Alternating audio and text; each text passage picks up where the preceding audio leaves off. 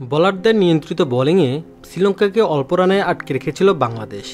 এরপর কাজটা ছিল ব্যাটারদের, লক্ষ্যটা নাগালের মধ্যেই ছিল, কিন্তু 125 রানের মামুলি টার্গেট তাড়া করতে নেমে বেশ বেগ পোহাতে হয়েছে টাইগার ব্যাটারদের। সেই সহজ লক্ষ্যকেই যেন কঠিন করে জিতল বাংলাদেশ। টি-20 বিশ্বকাপে নিজেদের প্রথম ম্যাচে লঙ্কানদের 2 উইকেটে হারিয়েছে টাইগাররা।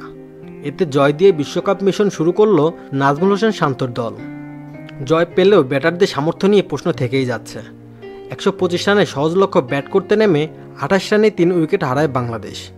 এরপর লিটন হৃদয়ের 63 রানের জুটিতেই স্বস্তি আসে টাইগারদের শিবিরে। তবে তাদের জুটি ভাঙতেই চাপে পড়ে যায় লাল সবুজের দল। 91 রানে 4 উইকেট থেকে 113 রানে 8 উইকেট হারিয়ে পরাজয়ের সংখ্যায় পড়ে যায় বাংলাদেশ। শেষ 12 বলে প্রয়োজন ছিল 11 রান। স্ট্রাইকে তখন অভিজ্ঞ মাহমুদুল্লাহ। প্রথম বলকে ছক্কা হাঁকিয়ে ম্যাচকে নিজেদের দিকে টেনে নেন সাইলেন্ট কিলার মাহমুদুল্লাহ। পরের বলে 1 রান নিয়ে সাকিবকে স্ট্রাইক দেন। এর পরের বল ডট দিয়ে পরের বল 1 রানে মাহমুদুল্লাহকে স্ট্রাইক দেন। পঞ্চম বল থেকে ডট আদায় করে নেন দাসুন সানাকা। ষষ্ঠ বলে মাহমুদুল্লাহকে আউট করার জন্য রিভিউ নেয় শ্রীলঙ্কা।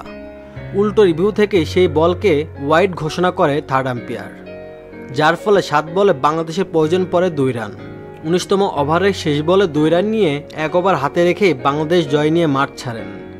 13 বলে 16 রানে অপরাজিত থাকেন মাহমুদুল্লাহ। শ্রীলঙ্কার পক্ষে নোয়ান থুসারা নেন 4টি উইকেট। 17 রানে 3 উইকেট নিয়ে মুস্তাফিজ ছিলেন আজকে সেরা বোলার। এছাড়া ইনজুরি থেকে ফেরা তাসকিন আহমেদ নেন 2 উইকেট, তানজিম হাসান নেন 1টি উইকেট। অন্যদিকে ক্যারিয়ার সেরা বোলিংয়ে 22 রানে 3 উইকেট নেন রিশাদ হোসেন। ম্যাচ সেরার পুরস্কার জেতেন তরুণ লেগ স্পিনার রিশাদ।